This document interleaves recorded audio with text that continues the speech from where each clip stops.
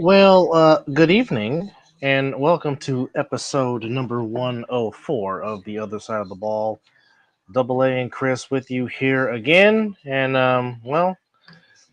Today we're going to go over the rest of the nominees for the National Awards. We spent most of the show last week going over the categories for the most valuable player, to which again, and we did have the QR code and actual link for it, but we will give that to you momentarily. But first off, it was officially yesterday, so Mr. Vera, once again, my friend, happy birthday to you. Oh, thank you. I appreciate it. But also at the same front, there's another person's birthday today, as Mr. 25, Mr. Knox, he is celebrating his personal holiday, or as he would say, it is 2-5 day. So 2-5, wherever you're at, happy birthday, my man. Another year of blessings, another trip around the sun, another year to put the pen in paper and write another chapter. So happy birthday, my guy, and hopefully it is filled with love, peace, happiness, joy, and the loved ones and the family spoil the living heck out of you. So happy birthday, Mr. Knox, wherever you may be. Yeah, wish him a happy birthday this morning. Saw that on Facebook. I didn't know that we were a day apart. Of course, many years apart, but a day apart on our birthdays, if you will. Now I But see why the number 2-5 is yeah, significant with him. Now I know. yes. So outside of that, I know I missed last Wednesday. My apologies. Had some other stuff going on, as you know. So want to do a little catch up and see. I wasn't able to listen to the show either. Unfortunately, I was in an airplane, so I landed about I don't know, about 6:25, and by the time I was able to kind of tune you guys in, it was at the very end of the show. So unfortunately, I didn't get to listen to everything I should have. Well, most of it was talk about the MVP, if you will, of the of Of the the league. of the league. Yeah, we basically spent the whole show basically talking about the MVP and did not get a chance to go over the rest of the nominees, which we will do today. Um, Okay. Well, as I'm who trying, or what you guys went over last week? Just just are the we talking MVP. about Well, we well, all well. one player or just players that we think should be MVP? No, there was the list shown on screen, and we went over everybody. Although Corey, and shout out to Corey, I mean, Corey kind of went out on a tangent and was going Corey? ham. Yeah, No. you don't say. Yeah, he did. Yeah, he did. Um, but as Ellie says, I blame Corey. That man can talk himself into a ticket. Um, no argument. No argument. Shout out to Big Zelly as he chimes in. And no, well, the thing was, he was talking about how the Indianapolis Octane for a first-year team had 3 nominees for MVP, um, which was quite weird. And hello, Patriots media. So What's going does on? that so does that mean you officially work for Robert Kraft? Just a question. Right? Since and by the way, don't get mad if my team takes out my frustrations for blowing a lead out on your team on Sunday. But that's a whole nother show. But Definite. That show will be aired on Saturday. all right. So thank you, Little John. As I was not asking that question. I was just saying, do you work for Robert Kraft? That's all I said. You took it there. Good grief. Good grief. We don't Well, need we don't need somebody sharing the national stage with Diddy. Let me tell you, we well, don't need that actually, right no. You now. don't need. You don't need to talk about the stuff that you do with. Excuse me, Deshaun Watson either. He loves his No, massage therapists, especially the happy endings. Well, that's why he's not playing good football right now, or that. Well, I mean, that's a whole other story for a whole nother day. But glad you're with us here Again, on tune in Saturday. Stop It, Zelly. Stop it! Stop it! Stop it! Dadgummit. Don't do that. Jesus. He is going ham. So, Going at it. and speaking of Mr. Hammond, hello, Mr. Corey Hammond. How are you? As he is a pro Vegas activist. So, is that your official title? You have to check each episode to see how it's been changing. Is there a little bit of a tongue in cheek aspect to it? Yes, maybe. I don't know, but you'll have to look at it. But this week, in light of a lot of political goings on, I just wanted to make sure that everybody knew that I was pro Vegas in the choices that we have. All right. Well, to answer your question, Mr. Robert Kraft, we will be going over the rest of the nominees for the national awards. Like I said, which again you have until October the 1st, midnight Eastern, which is 9 p.m. Pacific, which is 8 p.m. Mountain, which is September, because once it's October 1st, it's over. it's that's over. for the It's entire all over. And that's for literally the entire A7FL world, except for a couple of places. And I'm not doing the time zone calculations. Zelly says, "Give this man a red light when he talks. Gotta limit his feedback." Good grief. But no, right before you stop it, stop it, stop it. No, it's, well, it's an hour, not a hour. If you're gonna come at me, milk. Anyway. well, before you came on, we was talking about how you were going on a little bit of a tangent of how the Octane had 3 nominees for MVP last week.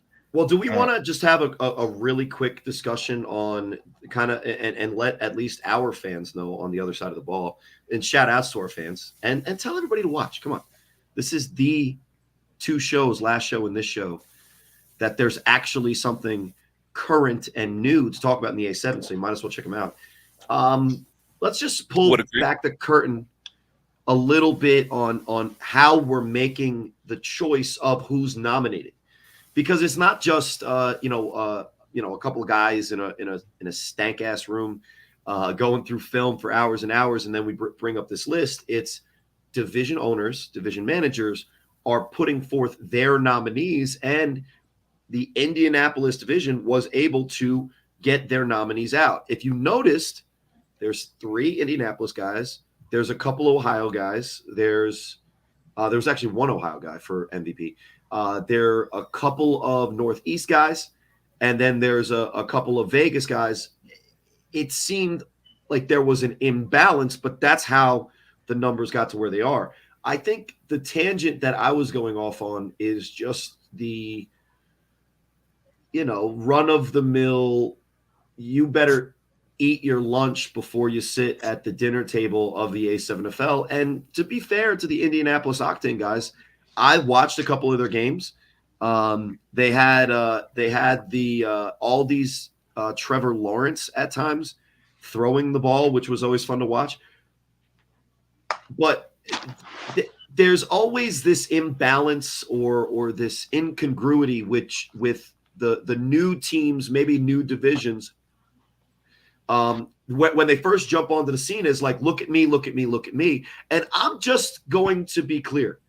I think it's this whole wave of, even though we already have guys retiring, this whole wave of that generation of this young athlete, it lines up pretty closely to the participation trophy awards that kids started to get in those years that these now players were once in grade school. So if everybody needs a participation trophy, let's give it to them. But I think the Indianapolis Octane should be proud of where they were. But if they're just content and okay with how their season went last year, people off by saying this, and I will be upfront, outright. Being the old dog on here, I'll be the one to say it. Fuck a participation trophy, plain and simple. Well, but that's the generation. We don't have care. guys. We have care. guys even from my division as well.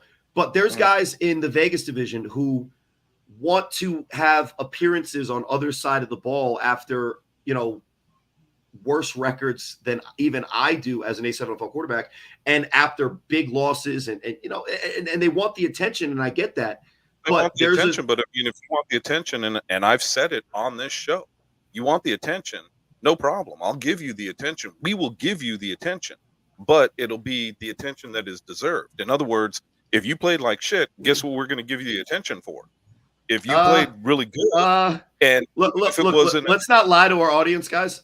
Chris, no disrespect. I'm not lying to the audience, and you've had on Kamari Mickle from the Gold and the Hunters, and talked about how, I see this and I see that, and that's being positive, that's being good, but at the same time, giving those guys the when they're like, "Ooh, put me on the show," and then giving those guys that platform, it's now kind of gotten to the point where we have guys that we have no idea who they are. There's guys that are from the Northeast that will message Matt Ryan at A7FL Media and say, "Why aren't my highlights of my 2-point conversion posted to the page? You only show when I get depleted." Hold on, Corey. So, I don't want to start this off on the wrong foot, but let's get something straight before we go any further. When some of these people have been on the show in the past, we didn't book them. So you've got to keep that in mind. So when we were looking at people and we're trying to give everybody an opportunity to be on the show, because that's the way we felt that we were going to take this, was that if you were part of the A7, you had a voice. And let's be real, when we're talking about the different players, we weren't giving them that voice because necessarily of what they were able to do on the field. We're giving them that voice because they deserve that voice as a player. And that's what we were looking at when we were booking some of the people we've booked in the past. It didn't make sense to have players on consistently from winning teams that people were getting tired of hearing and seeing. And so when we started to book some of these other players, we're doing it because we felt that representation from other teams needed to be done. Right, wrong, or indifferent, if you have somebody on that is an up-and-coming player, or somebody you feel is getting better as they're playing, it's not a knock. We're going to give you your flowers, but we're also going to tell you about the downside about what you're doing, which is exactly what we did. So it wasn't always roses and whatever you want to call it. But the bottom line is, if you're going to be on the show, we're going to give you your 15 minutes of fame if you want to say that. But at the same time, if you're saying, "Hey, how come you guys aren't talking about my 2 highlights?" Well, that's not going to go anywhere, and we're not going to talk about them. But if you're going to, I think that your opinion is, if you're going to come down on us for talking about the positives, and how come you're not talking about us, or you're not talking about me? Look what I did. Well, then be ready for us to talk about your negatives too. Yeah, but and totally understand. From my experience of when I watch the show, I think that there's maybe missed opportunities on guys that are there in a sense where, maybe a couple more questions needs to be asked on, how do you fix certain teams or who's playing in certain spots for certain rosters. Every segment had its certain time frame. And if we're up against it, we have to move on. I think if we're being honest, and I think we should move on. I think if we're being honest with the audience, honest with the audience. I just switched. I switched the sounds there. The toughest guys that the guys that you grill when you bring them on are guys like my guy Milk, who to be clear, Milk has not done enough in this league to have been given a seat in the studio of the other side of the ball. So when the guys are out of division, myself included, you guys definitely bring the fire and heat. What I've seen is anybody that's come from the Vegas division, even if they're from the O for Gold or the O for Hunters or the O for whatever's, they've been given a red carpet and they've been able to talk about themselves, and they do deserve a voice. And that's what the comments are for. So I think that was a situation. We're going to argue about this, and I'm going to be honest. I watched, and I'm not arguing with you about it. What I was going to say, for A7FL Rookie of the Year, guys. But let me finish what I was going to say. This isn't entertaining though. So It's we don't have not. to And litigate all that. I was gonna say is this, and that is a fact of you're right, and that has gone by the wayside because it is no longer East versus West. It is now all of us trying to pull this together and be something No, that is it's a the centric. Insomniacs. It's the Insomniacs beat the It's East not. in the East, and there's really nothing the East can say other than things to themselves, trying to get better and to get back on the right So track or where they would want to be. we'll move on to the award ceremony, but I'm just saying. I mean, the awards and what we have there. Um, you guys talked about you talked about MVP Last last week, week, yes. and Chris, who would on the short list, or even if it's not included, who would your MVP of the league be last I year? didn't see the list. I was not. Well, just go in blind. Who do you Joe? Who do you got without the list? Because my guy wasn't even on the list. I said Jeremy Geary from Sick With It. I made the point that I feel like it's a regular season award. Jeremy, you broke up just a little bit when you said it. He said JG from Sick. Oh, okay. JG from Sick. Because I view the MVP as a regular season award, and nobody that was undefeated maybe had a bigger impact on their team in the biggest game like Jeremy Geary did, in my opinion. I gave a lot of other reasons and analysis on the other options that fans could vote on. That's not one of them. But maybe just off the top of your head, sorry to put you in a spot, but who would you kind of pinpoint as the MVP for Chris Vera? I mean, when I look at it from the standpoint of just regular season and what the possibilities were and who we had, I think one of the ones that I probably would have looked at is, I apologize. I'm not into the A7. I'm thinking about a bunch of things from work still, but the quarterback from the U. We see what they were with him, and we saw what they were without him. And so when I see that, I'm looking at him from a standpoint of they're a completely different team when he's playing on their squad. I would also, take a look at Bagway, because I saw now, and Corey, to your point, it would bring in, and this is where I would kind of push him out a little bit, because we would be talking about what they were able to do during the regular season, but then the playoffs without him being there, you saw the big difference when they played the U. So that's I got to kind of push him to the side, because we can't say that right now because we're talking regular season. I agree with you. Well, I mean, MVP. I define MVP at I made the basketball analogy. There's a finals MVP, which is awarded to kind of like the most outstanding player of the playoffs. And to me, that would likely line up to be, Munchie or Danya Lyons. But for the regular season in which the Insomniacs actually lost head-to-head, my guy was Jeremy Geary. Now, Dub, I don't know if you necessarily made your pick, but just to remind the fans, I'm pretty sure you did. Who do you got? For MVP, I picked Schufert. And so now we got a couple fans in the chat. I want to hear from Zelly and Jordan Davison. I can never call you the double V. If we go your government, it's going to be Jordan Davison. If it's going to be a nickname, it's Milk. But we do want to hear from the fans. So in the comments, tell us who your MVP is. And as I'm filibustering, so that Dub can get we got the feedback. So that Dub can get the lists up. Just a recap real quick of MVP. If you look at the screen. Dub, can you make that larger? I'm trying to.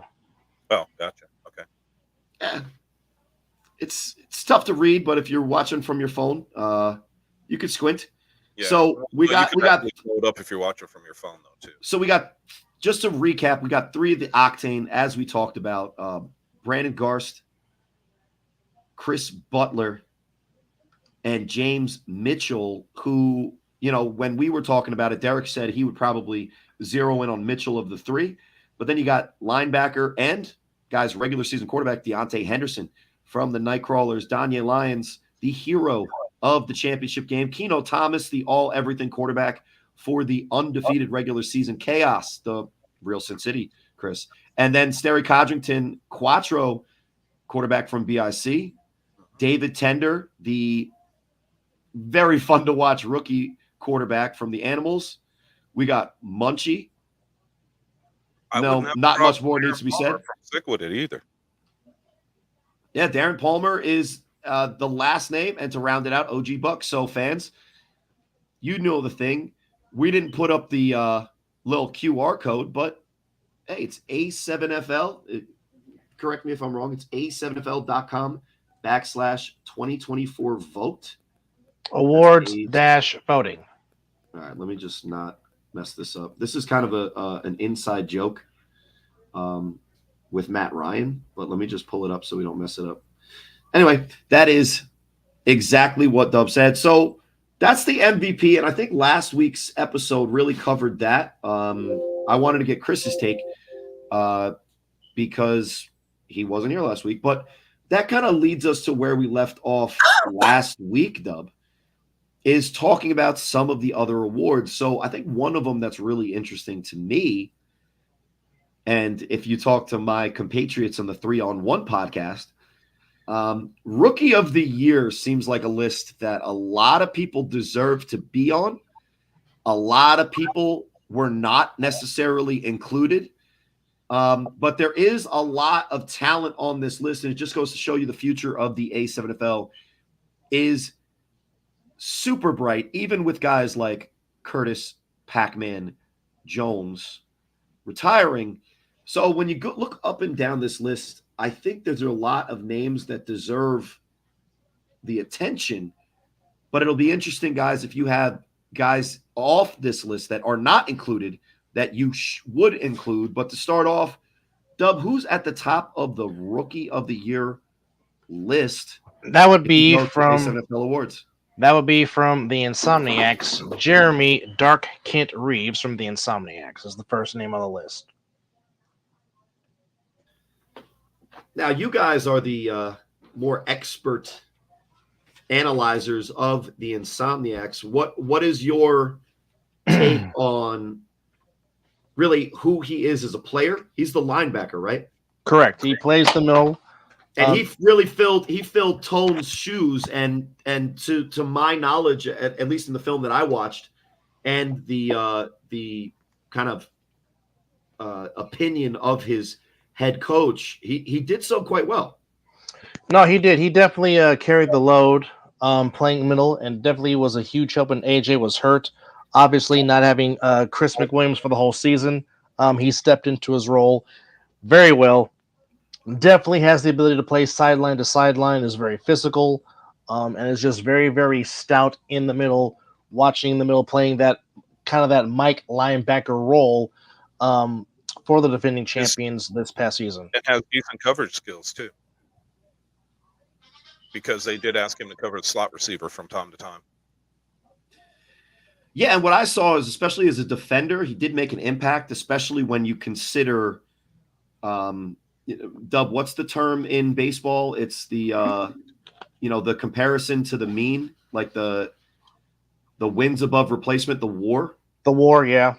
And sometimes a wins above replacement isn't against what the average is. Sometimes it's the opportunity cost of losing a guy like Tone Smith, who had become a stalwart in that defense and really helped solidify and pretty much anchor the run defense for the Insomniacs in their first championship run. So losing Tone, in some people's opinions, might have even been more of a loss just on its face than even losing a guy like Trey Robinson, who kind of got more attention for the departure and their best friends. Now, Trey Robinson is a great player, and obviously he showed how useful he is for BIC. But when you lose a guy like Tone, it's not necessarily that Tone is better than Trey. It's that who do you replace him with? Because if you look up and down the roster list, there's not that many linebackers that have a huge impact. And no disrespect, but especially in the Vegas division itself. So when you're able to replace like for like, I think not necessarily wins above replacement, but wins equating to what was lost. It's no secret to see that he's on a Rookie of the Year list, not just defensive, but all positions. And I think he deserves the nomination, especially from the Insomniacs, who did they have a couple of rookies that are deserving? I think so, but I think a lot of those guys that really were the heart and soul of that team were rookies last year. Yep, I would agree. And when you look at this list, the other one that stands out to me from Vegas, okay, I'm not going into all the others, but from Vegas would be Webb from the Force. Yes, absolutely.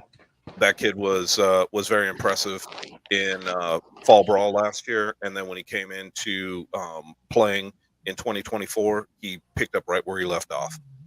Is a very good defender, very good offensive player, and really good at the 3-on-1 as well. So he's another one that I would consider an all-around player that has shown what he can do and deserves to be on this list as well. And kind of a similar story to the first guy we were talking about, Reeves. That's how you say his last name? Reeves, like Christopher Reeves. Christopher Reeves. That's why he calls him, or they call Dark him. Kid. Yeah, Dark Kid. I get it now. See, I just see him on film, kind of, and I sometimes have to put it silent because when I watch Vegas film, that's when my wife's watching another show like You or something that I would not watch.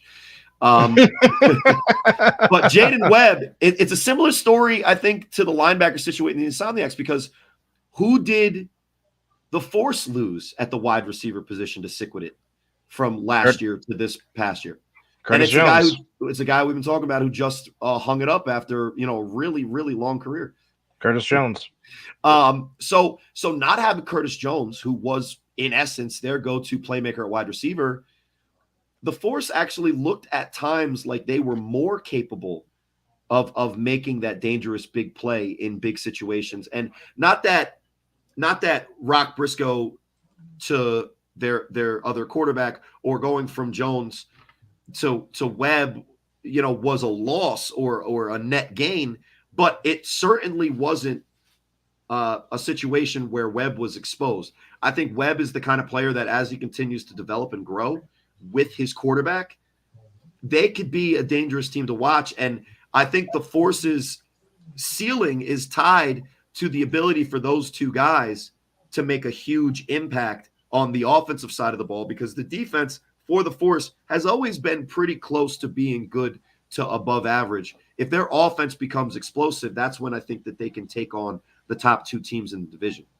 Well, and I think that comes in, and I think you're right. As they grow together, you always want a wide receiver to grow with his quarterback.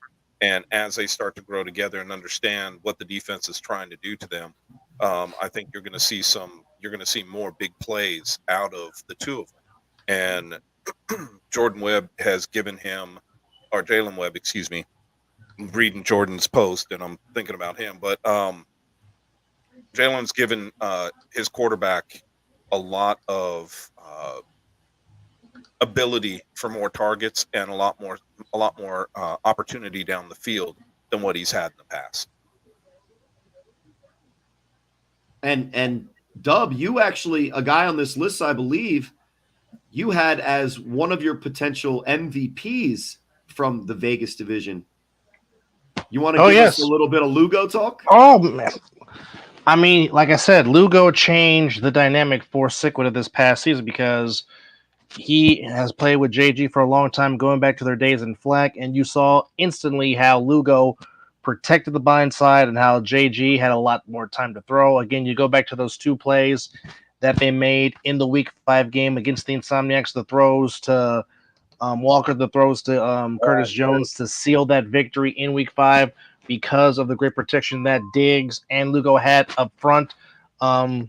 Definitely paid dividends as to why Sick was the top of the division before they lost the Insomniacs in the playoffs. So, I mean, you really can't say enough about what Michael Lugo meant to that offensive line for Sick this past season.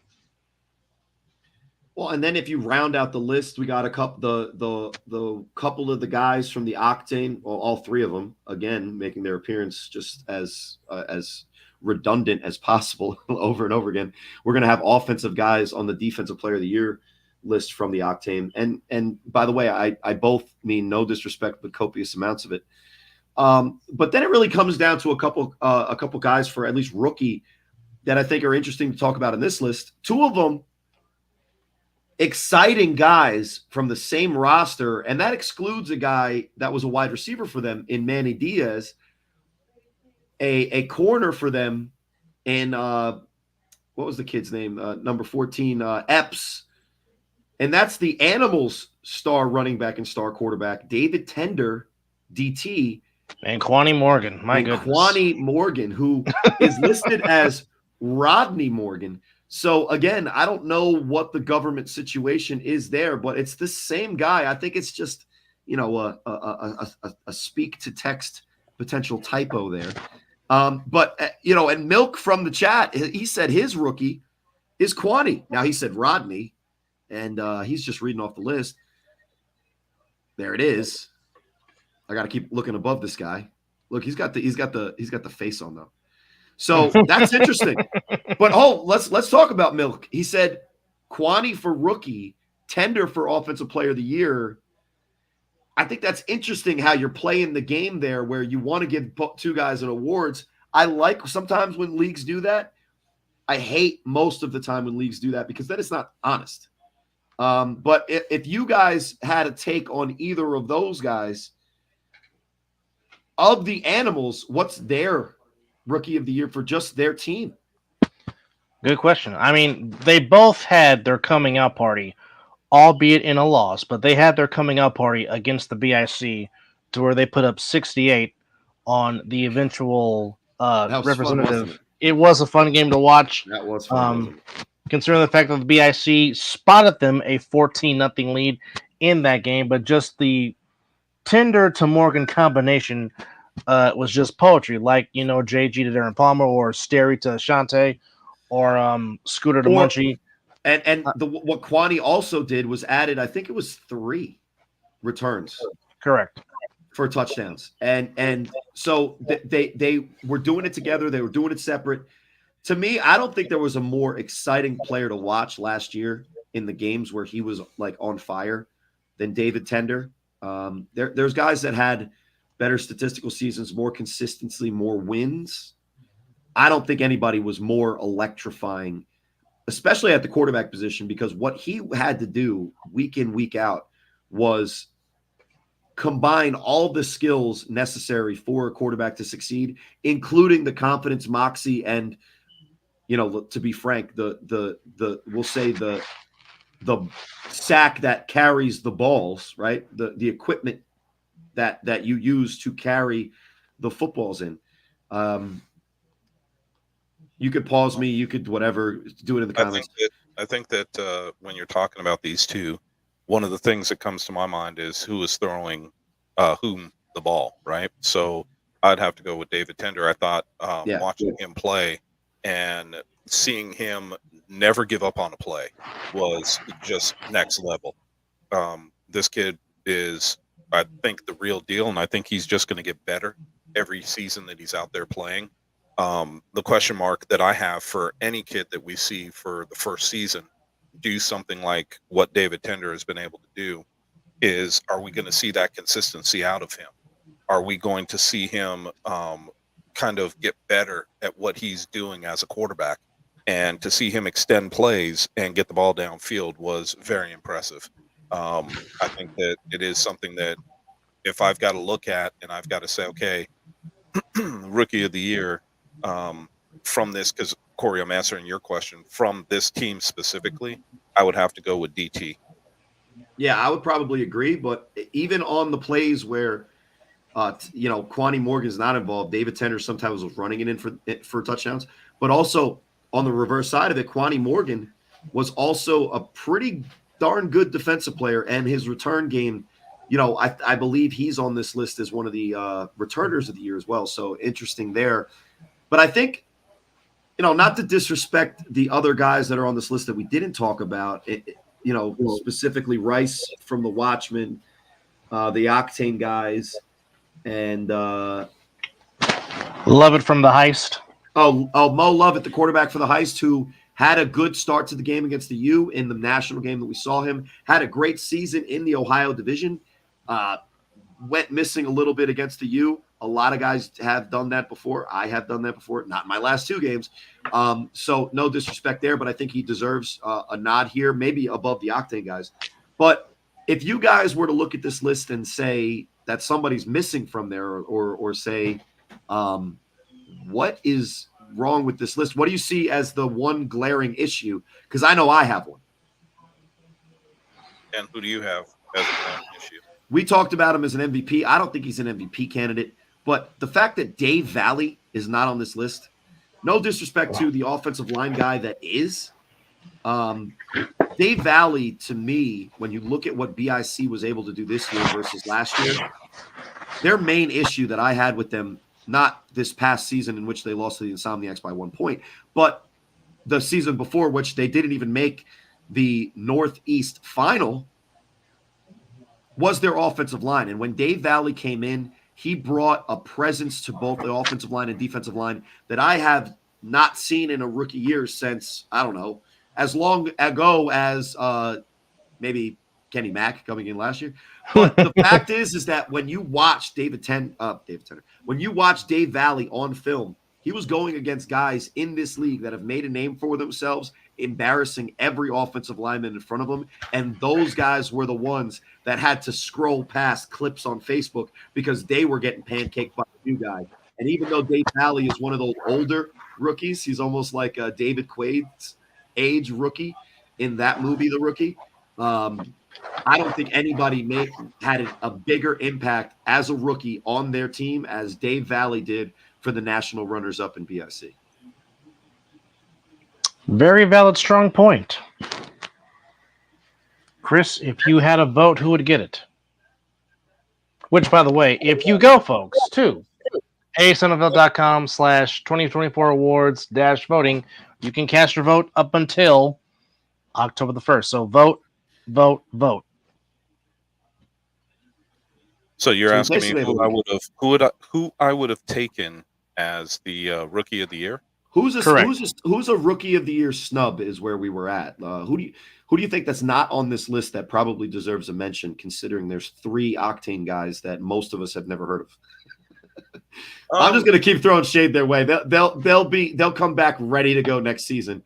Too bad for the Crush, who probably get them week 1. But anyway, yeah, I would. It's hard for me to really say somebody that I feel should be on this list that isn't. How about a guy? I'll nominate one for you. How about a guy? So to keep it Vegas, he's actually in our chat a lot. How about Zelly Daniels, who was stepping in, especially early on in the season for the Insomniacs, as a wide receiver, taking the place of Davik Clark, and he was able to, in my opinion, step right into those shoes and was just as big of a playmaker when he was called upon as some of those other guys.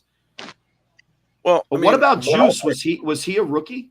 Yes, Richard Washington was a rookie. Yes, he was. And maybe we could say Devontae Carter because he got suspended those last year. As snubs, if you want to. I don't know when we're talking about just Vegas. I mean, I would agree with you when it comes to Dave Valley. I would agree with that. I think that if he was,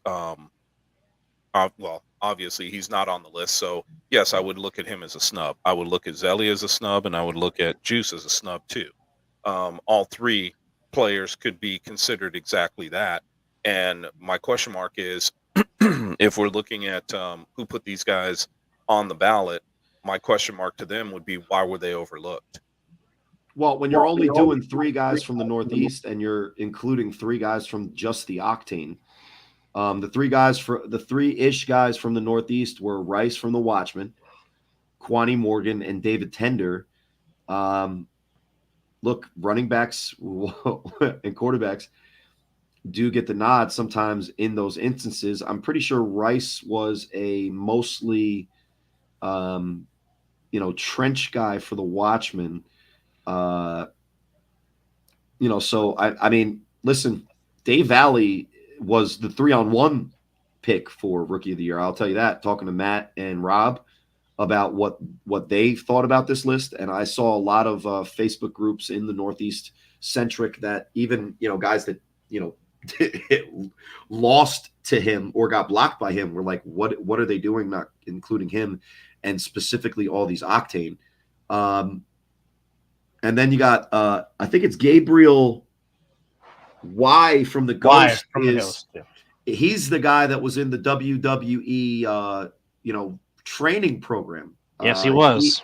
He made an impact at times in Florida games. But listen, this is the list as it exists. And do I wish I could put Dave Valley in? Maybe. But of these guys, who do you think you guys would go with? Who do you think should be taken off the list?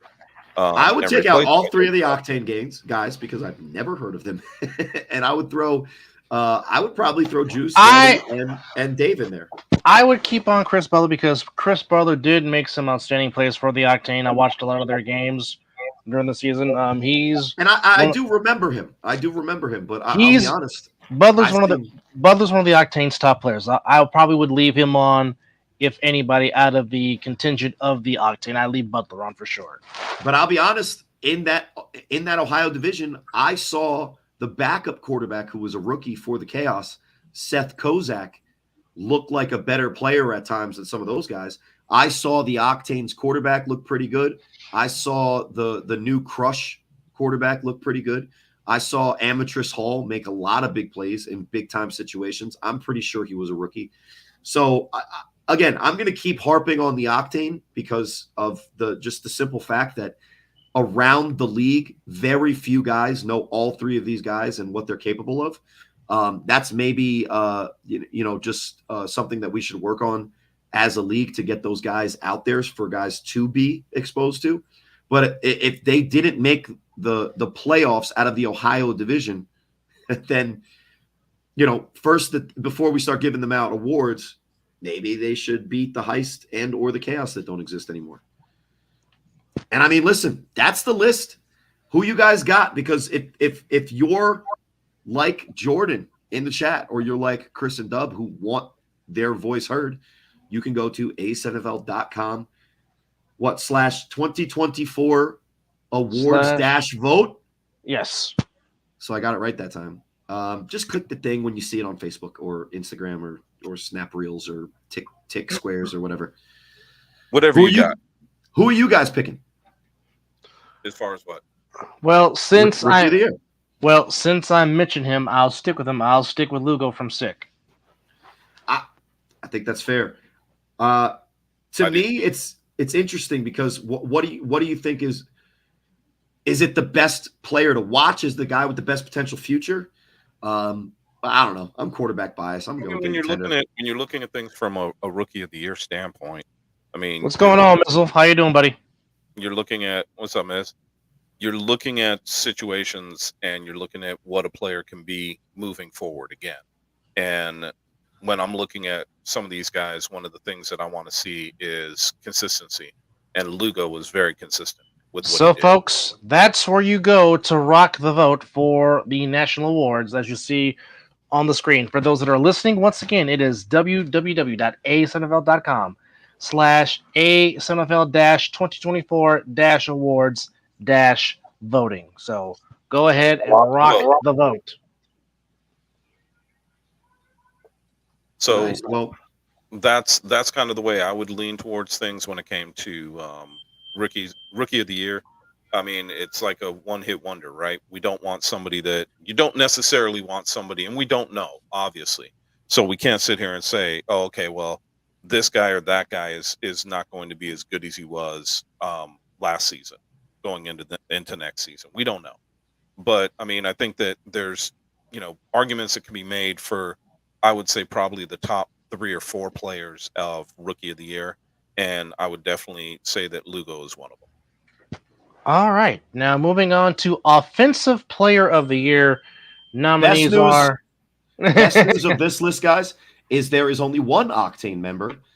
So we don't have to necessarily and it's the guy that you guys have been saying is the guy from the team. So maybe if we were just reduced it to the one guy, we could have just talked positively about them. Maybe they'll think about that next award season and not give us as the entire roster of eligible players as guys that deserve participation trophies. All right, so we got Big Kenny Mac from the Insomniacs. We got Ashante Worthy from the BIC. Christian Williams from the Nightcrawlers, of course, as mentioned, David Tinder from the Animals. Marlon Anderson from the Watchmen, Rico Holmes from the Totap. Nightcrawlers, Anthony Wilkerson, RTC from the Insomniacs, Jason Sisson from the U, of course, the aforementioned Chris Butler from the Octane, of course, Scooter from the Insomniacs, James Mitchell from the Octane, Martez Johnson from the Explorers, and Ametris Hall from the Covington Heights. All these gentlemen certainly worthy of being nominated for Offensive Player of the Year. Well, So before we jump in and start and talk about any of these guys, Corey, who would be your pick for Offensive Player of the Year? My Offensive Player of the Year would be the same as my MVP. It would be Jeremy Geary. I think there was nobody that put up the stats. There's nobody that has the accolades. There's nobody that had the actual, responsibility play in, play out that Jeremy Geary did. Is he on the list? No, he's not. No. So I No mean, one- listen, Nope. Let's back that up just a little bit, and say, of the guys that are on the list, who would be? well, here, let's do it this way because I think that's a good way to do it. Let me just knock off the guys that I don't think had Offensive Player of the Years, and we'll start from the bottom, work our way up. James Mitchell is not the first guy that I'm going to mention from the Octane. Wow, we just lost Dub. No, we got him back. No, Bizzle, you're going to have to tap in. that was the light. The light tower fell. You got a cluttered little area there because last episode, same thing. 4 episodes before that, same thing. It's like you either have a rabid wild animal in your house knocking everything down, or you got to get some kind of organizational, trait into your regimen there. And My computer desk is just really, really small. Oh yeah, no. Listen, I don't even bring over the lights because they're cluttered over there on the only section in the house that's mine. But I'm gonna just knock off some guys that I just don't think that had the years. To start, no disrespect, but Rico Holmes, good player. Christian Williams, good player from the Nightcrawlers, not the guys on offense for that team. And even though Bagway and Davis were not constants in their regular season, when those guys are there, you don't know who these two guys are as much. Now, I saw Rico Holmes make some plays, and I saw Christian Williams make some plays. That doesn't take away from their ability. Are they Offensive Player of the Year candidates? Not even close. Then you go down the list, and no disrespect, but my guy, Scott Hamilton. Scott Hamilton's one of the best quarterbacks we have in the league, but he was out for a pretty good amount of time, and while he was out, guys stepped up into his role and matched his output relatively close. Now, did he come in against the better teams and obviously seemed more important? Do I think that he's not an important player on that roster? No, that would be asinine. But at least last year, the most recent season that passed, he's not the Offensive Player of the Year. Then we get to our guy, James Mitchell of the Octane. Kind of misses it for me. Chris Butler, Octane, definitely misses it for me. Tony Totap is maybe the clutch performer at times in this league, but I don't think that he was even the offensive MVP of his own team in the Watchmen. A great wide receiver and always there when his quarterback needs him in the clutch. But he's a guy that averages likely closer to 3 receptions, 60 to 70 yards per game. That's just not Offensive Player of the Year output from a wide receiver. So it really comes down to, if I'm making my decision, it's going to be an offensive lineman that has a pure impact in the game in Kenny Mack. Ashanti Worthy, not much else needs to be said. David Tender, one of the most exciting players to watch in the league. RTC, an all-decade performer. He's only been in the league for really 3 years. Jason Sisson, who was an early MVP candidate for the U, without Huff, kind of went missing. But I think he's in the conversation. And I'm just going to be fair to Martez Johnson. I don't know your game, and I have no idea how good you are. So my bad. But if I don't know who you are, you're probably not setting the league on fire and getting mentioned. So then it comes down to Ametris Hall, even though maybe my Ohio Offensive Player of the Year would have been Keno Thomas. But Ametris Hall, who was a playmaker for the Heist, and one of the reasons that they were at 7-2 headed into the playoffs, one of the best records in the league. Of those guys, of that list, it's really tough. Now, RTC to me is the heart and soul of the Insomniacs. And when they needed to run the ball, even though they had the depth at running back, which they used, I think they used it, right, to keep him fresh. When it was time to run the ball, he was in. And I think he actually has a better case for MVP because of how much he was a dual threat than offensive player.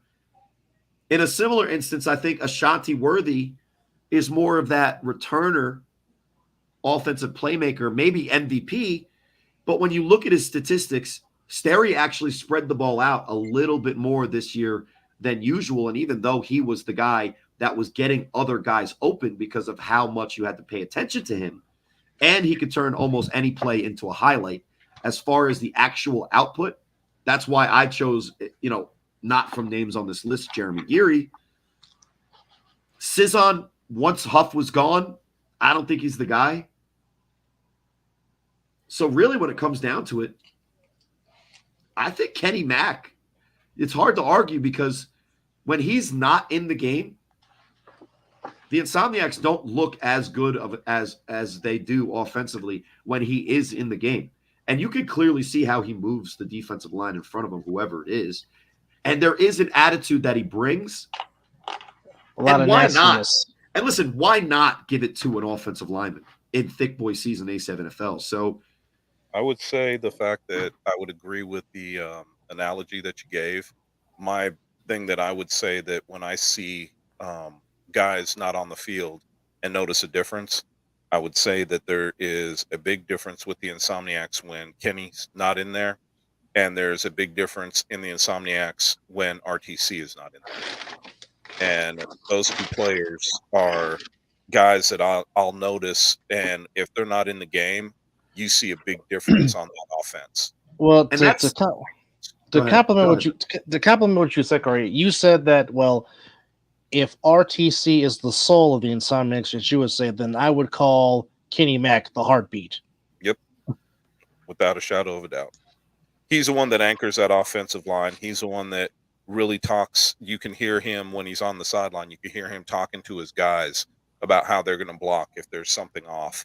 And I got to admit, man, you hit the nail on the head with him. And I think that the other one that we just see a big difference, like I said, the biggest difference that I see in that offense when he's not in there is RTC as well. You see a huge difference in the run game when he's running the ball. And that's interesting because I think we all have a great deal of respect for the type of talent that Devontae Carter and Juice at running backs are. Do those guys up their brand by maybe finding another landing spot to get more reps so that they can kind of compete head to head with RTC? Or do you think that they're probably just where RTC is the number one back, they're 2A, 2B, and they should stay in that role because they can shine in front of the best offensive line in the division? I just think I just think they enjoy playing with each other so much. It's really not about who gets the most stats. It's really just about the winning as a team, which has been on display for the last 2 seasons. Because Yeah, it's that cornball shit. As cornballish as it is, listen, those guys, if they want to be backups and they don't want the accolades and they never want to see their name on this list, then be the backup. Be behind a guy that is an all-decade performer, does get 1,000-yard seasons, don't get enough touches to show what you really got, and just be a guy on the bench that's able to say on Facebook that you won a championship. That's cool. That's good for the league, and that's probably good for the division to have 3 of the top backs on the same roster just so that you can play with your friends because we're better. Yeah, okay. And that's why they're not on this list as even an opportunity to ever be mentioned other than that you should probably join a team where you get more carries or just be a backup. That's cool. Anyway. I mean, so you can there's a couple different ways you can look at those things. That's definitely one way of looking at it for sure. I think, and I'm not going to try to speak for either one of them, but I think that when it comes right down to it, when you start looking at, what they played as during this season, and there's times that RTC did miss games or a couple times that he was on the sidelines not playing. So you can look at it from every different aspect that you would like. And we could say that. We could say, well, if you guys want to play for another team, you might see your name on this list. The question mark is something that I see all too often in other leagues outside of the A7, and that is guys going to play for those accolades and play for the money. Let's be real, and that's fine. Go do what you want to go do. But if you enjoy playing with your boys, if you enjoy having a role as a backup player, or what role you are moving towards, go do what makes you happy, man. I mean, screw everybody else, and that's the way I look at this. When football's not forever, and you've got to go do what makes you happy. And if what makes you happy is playing with your family, because the Insomniacs say that all the time, we're family. So if you're good with going to play with your family and getting your championships or doing whatever, go do it, man. Life's too short for the bullshit. I agree. Yeah, I if you're definitely agree. okay getting less carries, less attention, and there's no risk of you actually having to prove that you're a good player on a different team, not the Insomniacs, then life's too short, man. Don't actually take a risk and try to be something better than a backup. So, defensive player of the year, guys, I think was an interesting list. No, I'm sorry. Do you guys have an offensive player of the year other than Kenny Mack? That I said Jeremy Geary got snubbed as offensive player of the year. Who do you guys think might be a player on this list that deserves it? Well, I'll give you another snub. JG's teammate, Mr. Darren Palmer. Yeah, and what's funny is he's mentioned as an MVP guy.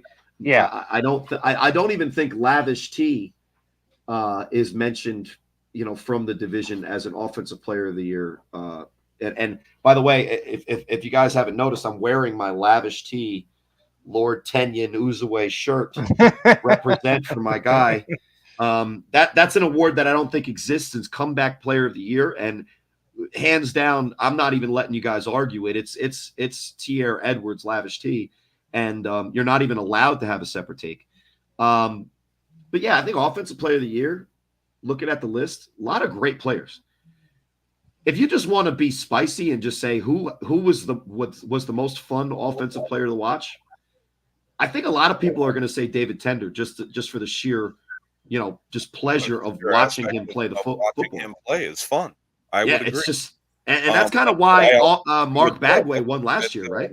I think that DP being snubbed on this is kind of an unfair take as well, because I think that he deserves to be on this list as well.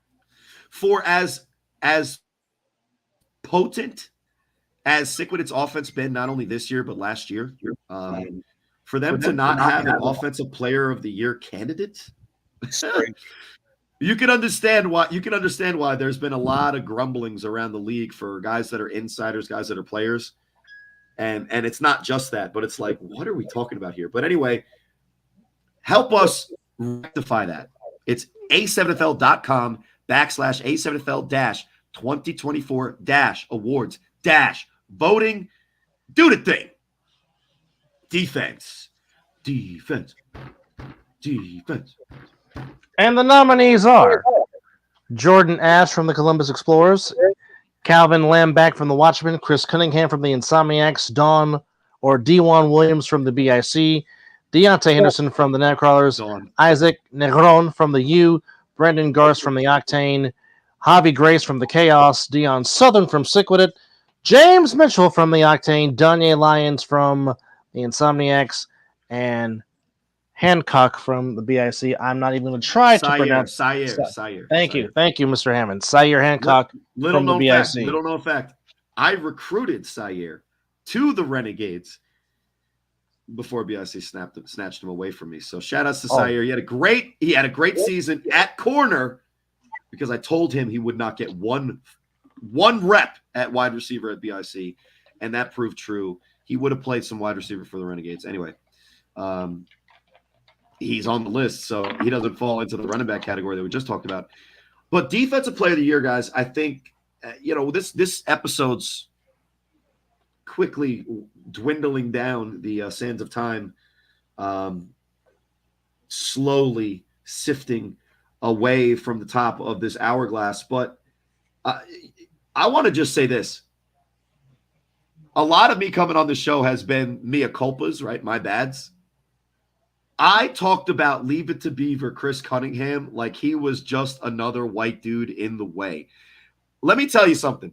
I don't think one player made more of an impact that I was not expecting in the championship game than Chris Cunningham, the defensive end for the Insomniacs. Now, we came into that game Quiet having assassin. great. What's up? It's a quiet assassin. You don't think Yeah. he is what he is until you see him, and then you realize, oh, shit, okay, this Well, guy's and you come see to him, play. and you see him dominate in situations where, when you are on a defensive line that has guys like the Insomniacs do, guys pop out off the film, and even Chris Mouth McWilliams, a solid to very good player. No disrespect to him, and I hope he recovers and he wins the award that Lavish T won this year. But he's not a guy that to me is defensive player of the year worthy. My defensive player of the year last year was AJ McQuaig, and I said in the last pod that I think that even though he didn't look bad this year, that he didn't look as exceptional. I was not sold on Chris Cunningham until I started seeing him make plays in real time, in person against BIC. And when you have a defensive end that is that big, because he's tall and he's not fat at all, but he's big. He looks like he probably would be like a Duke power forward more than he would be a defensive end in the A7FL. But and that's not the times. He's also played tight end a couple of times this season in the offense, which don't let that fool you. But he complemented AJ very well in the absence of Chris McWilliams. He filled that void well, and it's very tough to try to go up the middle when you have Cunningham in the middle, and then you have Reeves playing behind him. Well, and he's huge. He's big. He's a big dude. He's also a lot more athletic than I think I was expecting. And when he was put in the situation where even a guy like Sterry Codrington was trying to get the corner on him, it wasn't easy with his range and his sneaky athleticism. So when Chris says silent assassin, that's the kind of guy that you fear, is somebody who doesn't pop off the film, but when you're in person, you're like, oh, shit, this guy's for real. And I just want to say that for the smoke that I was giving Chris Cunningham going into the game, because I wasn't sold on him yet, he proved me wrong. Well, but that goes for, go ahead. No, I was just saying his play along with D-Rock Shuford helped change the tide of the game for the Insomniacs with their play on the defensive line for sure. And there's another Insomniac on this list, Danye Lyons. I think Danye at corner in the championship game had one of the better defensive performances in one game that I've seen, especially because that's really, if we're breaking it down in just football, period, also the A7FL, maybe more so in the A7FL because there's very little zone coverage, so you can't hide in a cover 3 and pass it off to the safety. It's pretty much all man coverage. There is no position in football harder physically, like just physical talent-wise, than the cornerback position. And Danye Lyons asked to maybe do one of the toughest tasks individually as a defender. He stood up to the challenge against Ashanti Worthy, and he's a great defensive player. I don't think you give him the award because he just wasn't there all year. And I would be remiss to mention Isaac Negron, who reminded us in the booth every week, and you can go vote at the thing that's blocking my ugly face. I'll just give it some hair there. No, I'm just joking. Isaac Negron reminded us week in, week out that he was the sack leader, in the A7FL, and for coming off of a defensive player of the year last year, I believe, he's having the best years of his career in the twilight of it. So I think he deserves a quick shout out, but I don't think, to me, he's the winner. What about the rest of these guys on this list? I don't know if you guys know Calvin Lambach, the tall and lanky defensive end from the Watchmen. There's a lot of great defensive players on the Watchmen.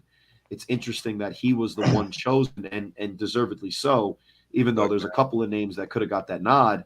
I'm sorry, I'm laughing right now. It's nothing negative. I don't want anybody to think so. Corey, I just realized that you put pro Vegas activist at the bottom of your name. That's what Dub. Yeah, exactly. It's for everyone. It's for I fans. apologize. I just now read it because we've been in the smaller screen, so I couldn't see it. So I just now read it, and I'm sorry, it made me crack up. I didn't want you to think I was laughing at you. I wasn't. I was laughing at what you put in there. Listen, I deserve to be laughed at a lot of the time. So a couple of the other names on this list that we didn't mention yet, guys. Who kind of stands out to you? There's a Vegas guy that we kind of haven't mentioned yet. Two BIC guys. You have the monster from the Nightcrawlers that snatches souls. Yes, and then, Mr. Henderson. and there's the obligatory 2 Octane as well. What do you guys think about some of the other names left on this list? I think Southern from Sick had a very, very underrated season and doesn't get talked about enough, but not just what he did defensively, but what he also did on the 3-on-1.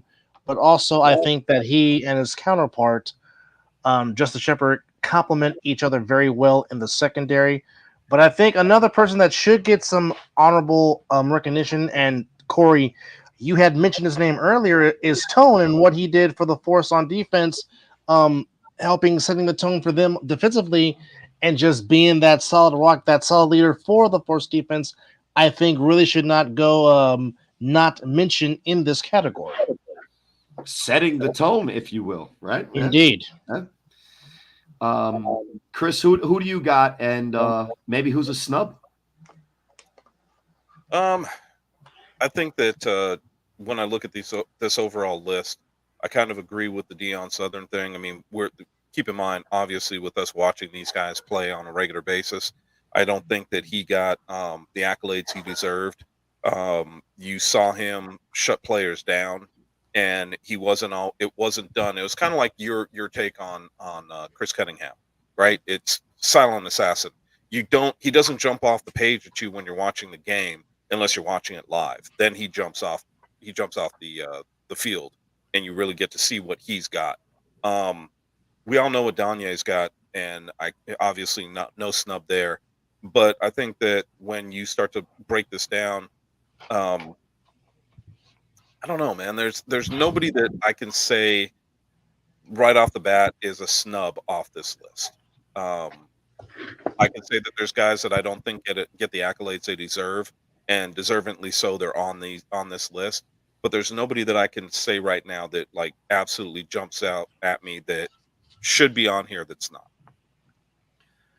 Well, I think just to wrap up the Defensive Player of the Year talk, and to me, the 2024 of the A7 guys felt a lot more like an offensive year. It didn't feel like there were these dominant defenses. Look at the BIC Animals game.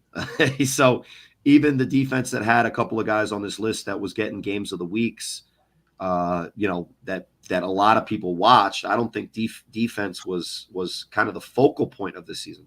So maybe that's why there's a little bit less, steam behind Defensive Player of the Year. I will say this for the Ohio division, Javi Grace is a throwback to the 90s defensive end style. He's a tough guy. He's got a motor, which is kind of the things that we say about what separates guys like Scott McCorkle and guys like AJ McQuaig, where it's not only are they talented and good, but they're just relentless. And I've seen that from Javi Grace. But the corners at H3 Frazier, who I think it should have been up for maybe Rookie of the Year, Sierre Hancock and Dwan Williams and JJ Radcliffe for BIC. Those guys had so many interceptions this season. It was ridiculous. Now, you can give credit to the defensive line in front of them with guys like Ole Bell and even guys that played running back in the NFL in Darrell Verges at times, and that was only in the playoffs. The BIC defense was stacked, especially when they were playing the Northeast competition. And when they were in the pass game, other than what Munchie was able to do, and when they run a toss pass, so nobody was covering David Clark. The corners and the defensive secondary for BIC really shut down the Insomniacs pass game. And obviously, I will say, caveat, Scooter did have a hand injury to his throwing hand, so that obviously makes up for it. But still, they I think only had like 130 yards passing when they easily eclipsed 200 with Zach Luciano against Vegas teams. So trying to pinpoint which of those guys, Sire Hancock, who I think had 4 to 5 interceptions in the regular season, Dwan Williams that had, I think, 3 defensive touchdowns, H3 Frazier that had 6 to 7 interceptions, including the playoffs, and JJ Radcliffe, who, you can't blame JJ this year. It's just tough because similar to the conversation about running backs for the Insomniacs, when you guys have depth like that on one roster, it's hard to give any of you guys any accolades because you're sharing time and sharing reps. But shout out to Chick Amir Morris, who also in the limited time, I think he has probably the highest percentage of interceptions per snaps in the game, as he was a situational player and still had 4 on the season. He only played like a total of 20 snaps. One of those interceptions was in the championship games. Now, Dub probably should be a dickhead and pull up the picture of Munchie, which is something that is also on Amir Chick Morris's record. But the all-decade A7 performer Chick Morris, again, the BIC defensive secondary and defensive line that stopped the pass, amazing, and deserves credit, even though you can't give any of them an individual award because they were on a stacked defense. All right. Well, last of the awards, the Special Teams Player of the Year, and the nominees are Marcellus Pack Money from BIC, Deontay Townsend from the Explorers, of course, Zelly Denzel Daniels from the Insomniacs. And before you keep going, just to remind everyone, we went back from Offensive Player, Defensive Player of the Year, only 2. Now the obligatory 3 is back in session for even the Special Teams Award. So I don't know how you can't even pick who the best special teams guy is, Octane. But just listen, you got to do better. You can't send the same 3 friggin' names and think that we're not going to just go, what the hell? Did they only have 3 guys on their team? Look at this. Look at this insanity. Look at this insanity. We have 1, 2. No. Oh, I'm making shit up. Oh, no. That's not the whole list. Chris Butler, Octane. James Mitchell, Octane. Brandon Garst, Octane. They're up for Special Teams Player of the Year as well? What the hell is going on in Indianapolis? Exactly. Anyway. Where do you start? All right. Okay, so going down the list, we got Zelly Daniels from the Insomniacs, Andrew Ruffin, no, not David Ruffin's son from the Temptations, but Andrew Ruffin from the Heist, Chris Butler, as mentioned, from the Octane, Ronnie Morgan from BIC, Savion Cunningham from OTT, Danye Lyons from the Insomniacs, Mosey Williamson, who has the record for the longest 3-on-1 return in A7FL history, James Mitchell from the Octane, Jason Sisson from the U, and rounding out the list is another Octane, Brandon Garst. And don't you want us to take your guys seriously? Couldn't you just sparse them out in the other awards? Right? Like if I didn't just see the same 3 names over and over again, whatever. Anyway, to me, guys, it's one guy. It's not any of the other guys that are deserving on this list. There's one guy. I'm going to paint a picture for you, and you guys finish it for me. There's one guy in this league that and that the team facing him knows that the best chance for his team to score on any situation is in the moment they're about to face on a 3-on-1. Who is that guy, and what team does he play for? If I give you those clues, if you give me those orders, you're gonna get Savion Cunningham. Because there is no situation in which you go into a game against Marcellus Pack and you're like, listen, the only way BIC scores if it's Pack Money runs it back. Now, Did I watch that many Explorers games? No, but not in any moment of my life had I said, well, we're playing the Columbus Explorers. The only real chance for them to score is if Deontay Townsend brings it back. Zelly probably had more reception touchdowns than 3-on-1 return touchdowns. And no disrespect to my guy because he's a great wide receiver. Also, great person. Awesome guy. I don't know if he's the best 3-on-1 returner on his own team. Ruffin is awesome as well. We were joking, and during the U heist game, we made a joke that he also knows crypto. He does, I believe, also know crypto. I think he's some kind of, tech engineer. So not only is he athletic and good at football, he's a genius. Not mentioning Chris Butler. Quanny Morgan. No, David Tender's on the team. They can score a touchdown at any time. They scored 68. Danye, we mentioned. Mosey. All right, you got a record. I'll give him that. And Jason Sisson scored more on offense than he did as a returner. And I don't think anybody's threatening the U, especially when they have Quattrell Huffin, as being a team that can't score. To me, it's either Tierra Edwards, Lavish T, who had some of the best and most important regular season returns this season. Clearly not the most important return this season. That goes to Danya Lyons. But when you look at the job of a returner, and if you're the best option on your team while returning for your team to have a chance at not having a shutout, I think you got to look at – you don't have to go with them, but you definitely have to look Savion Cunningham's way for this award. How many did he have this season, guys? I believe it was 6. 6? I believe. And I don't think anybody else on this list has anywhere near that number. This year, I don't know. I know that if I'm not mistaken, and Dub, you can correct me if I'm wrong, but I thought there was a time that Savion had 2 and 1 in one half. That sounds about right. It's believable. You could tell me that he had 2 return touchdowns in 1 return, and I would probably believe it, even though it's probably defies the laws of physics and A7FL football. Listen, you could go with any of these guys on this list except for the Octane guys. No disrespect. Copious amounts of disrespect. I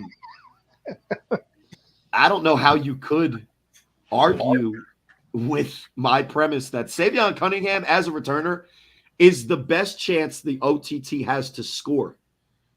Well, I would agree. Not all the time, and it depends on who they're playing now. No, obviously there's a little bit of hyperbole to what I'm saying. Oh, yeah. Of course. But I think that when you're playing some of the upper tier teams, they understand the fact that if you want to keep a score off the board, the best thing to do is to keep it away from Savion. I'll say this. For when Marcellus Pack isn't returning the ball for BIC, it's sometimes Ashanti worthy, and teams go like this. Ah, shit, it's him, right? When Zelly Daniels is not returning for the Insomniacs, they throw back their Danye Lyons. They're like, ah, shit, it's him. Yep. Apparently, for the Octane, there's 3 guys that you say, oh, shit, it's him. Apparently. I don't know if that's true or not, right?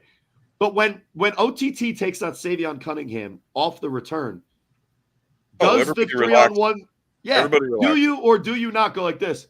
Whew. All right. Well, I mean – Let's be real though. You also have the brothers that return pretty well for them and have scored touchdowns themselves. Yeah, and I saw them return for touchdowns as well too. But I mean, are you? I think that they're when you're looking specifically at Savion, when you are getting ready to throw the ball off and you see 8 standing back there. Yeah, I think that everybody is just a little bit more hyped because they know what's coming. Well, listen. I think that sometimes the other guys score when it's not him is because the 3-on-1 team takes a sigh of relief, and maybe they don't cover the same. Yeah, you might be right. You might be right. I mean, they shouldn't. But I will say, in addition to why I don't know why Lavish is not on this list, another person that I think that should be on this list that is not on this list is Mr. Webb from the Force, because Mr. Webb had some of the best 3-on-1 returns this past season, which was I would agree. He's one of the few. Some exciting 3-on-1 returns. He is one of the few that is actually taking a 3-on-1 back against the Insomniacs. That's how rare that is. And he did that back in week 1 of the season. It's not that rare. The Vegas teams have faced New Jersey teams, and there's already been like 4 returns on Vegas teams from Jersey teams. So, well, I was specifically talking about the Insomniacs. Listen, you had everybody, 3-on-1, so everybody was talking about how Pac Money, Marcellus Pac, his speed. Nah, it doesn't equate to Vegas speed. Nah, I think you guys saw. Now, obviously, I was biased, and I was saying I told you so. But listen, speed is speed. Correct. So now they know. Now they know. And knowing is half the battle. And when they say that you can't coach speed, they're lying. Well, you could coach being faster. Could you coach me to have speed, Chris? I couldn't coach you because I'm not a track guy. But if you want to learn, look, we used to do this. I ran a 4.7 in high school. That doesn't mean that I know how to run the ball. One thing that we always said is if you want to get faster, you ran track in the off season. Period. I knew the steps. I had the posture. I ran a 4.7. Now, I think that was a favorable time because I never got under a 4.8 after that. So, listen, I'm going to ride that time out for as long as I have vocal cords. Speed and game speed are not the same. Correct. You're right. And I just saw on Facebook, I saw Danye racing some older guy that ran a 4.5. Well, Danye ran a 4.4, and that's probably a bad time for him. Yeah, it doesn't matter. Danye it doesn't. Combine ran a 4.3. Yeah, listen. When he ran into the end zone to win the game, I bet you I clock him at closer to a 4.19 than a 4.4 because the acceleration and the top line speed of all of the guys that we've kind of featured on this list, it's exceptional. And for the list to not have Ashanti Worthy on it, and for us to not like start ranting and raving, that just goes to show you how many of those pure open field athletes the A7FL has across the board, and why, ladies and gentlemen, this league is only going up. So if you disagree with our kind of consensus overall pick for returner of the year and have something to say, let it be heard. A7FL.com/A7FL-2024-awards-voting. That's www.A7FL.com/A7FL-2024-awards-voting. And go rock the vote. And if that was not on the screen, I would not be able to regurgitate that. Maybe I would. For our viewers that are watching and listening, this is episode 104 of The Other Side of the Ball, AA, Corey Hammond, Chris Vera with you here on this Wednesday, the last Wednesday of September, folks, as we are approaching October, which means we are getting closer to the Winter War coming in January of 2025. Winter is coming. And he can make something magical happen here. And there goes the ball. It's going. It's going. If you're a fan. Battles will be won. Hold on now. At the 30, and he Who's going to take victory?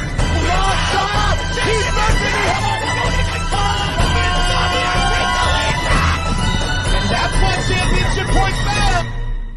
It's time for war.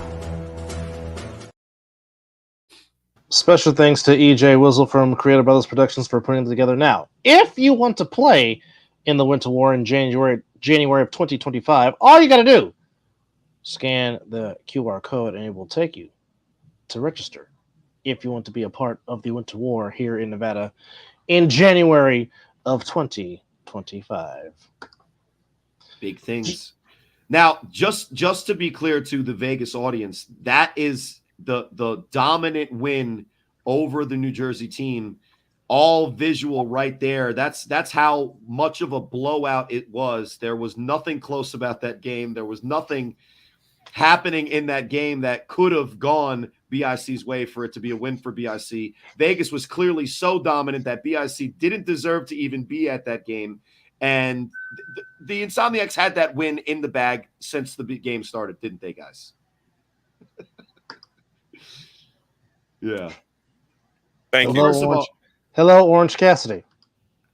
First of all, just as a recap, how special is Danye Lyons to have been that close to that play being over, for him to have done all of the things that he needed to do on that play for the Insomniacs to win. Now, even if the Insomniacs get tackled there, they still have a chance. I don't think that the game's over if Mice Spice, my guy, Baby Joker, makes the tackle there and doesn't just absolutely whiff like he's never played tackle football and is proficient at flag like so many of our fans and talkers that like to say things about our league.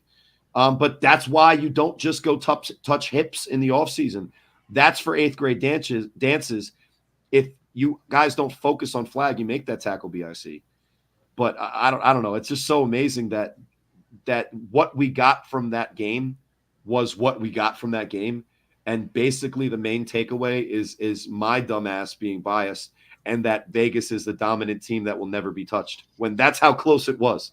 That's how close it was. They were losing at that point, by the way. Anyway, I'm sure nobody from Vegas will have anything different to say about that. Final thoughts, gentlemen, as we put a bow and a wrap on episode 1. Touching tips. Yeah, Oh, listen, God.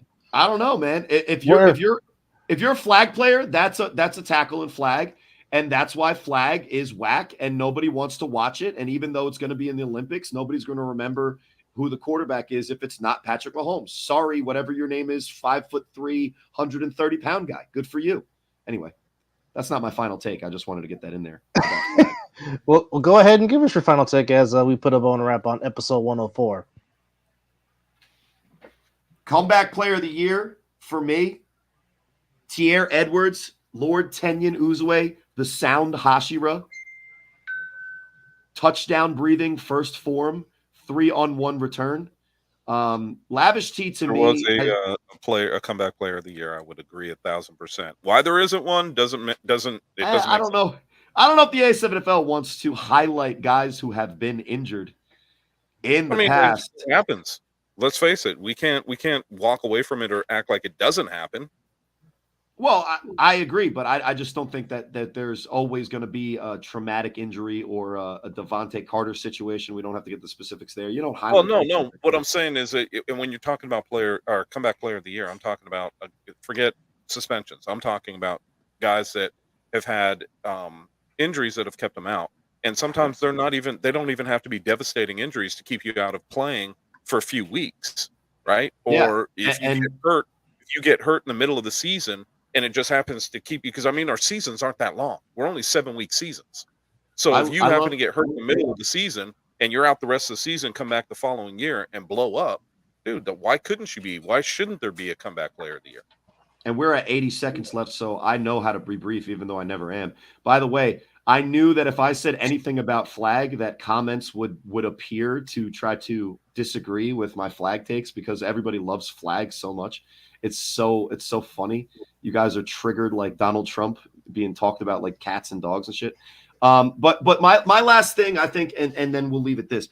The fan vote is important if you want your voice to be heard. And look, the winner of the fan vote isn't always going to be the winner of the award. But I will tell you this, that when Drizzy Pope, the corner from Ohio, won the fan vote for Defensive Player of the Year, we still got 40 seconds left, my guy. When he won Defensive Player of the Year on the fan vote, he got a good hard look pause of actually winning that award from the committee. So go out there and vote your guy in, even if it's just because he's your friend. And the more votes we get, the more likely your guy will be chosen as the actual winner, although it is weighted, not the actual award winner. 15. Chris, final thoughts. It's pretty simple. Go out and vote. This is the situation where we are putting it in your hands to make those votes for these guys, and I think that there's arguments to be made for most of them. except the guys from Ohio, according to Corey. I'm not going to say anything else. We'll just leave it at that. Not Ohio, Um, specifically. Oh, I'm Indianapolis. sorry, Indianapolis. My bad.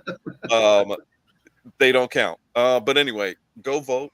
Let your voice be heard. I mean, there's guys that really deserve some of the accolades that they get from even being nominated. So let's make sure that you get out there and vote for your favorite player, and make sure that it's you're not just like Corey said. Make sure it's not just, hey, that's my boy, that's who I'm going to vote for. Take an honest look at these guys. I mean, everybody deserves that for sure. I'll just make it brief. Once again, go to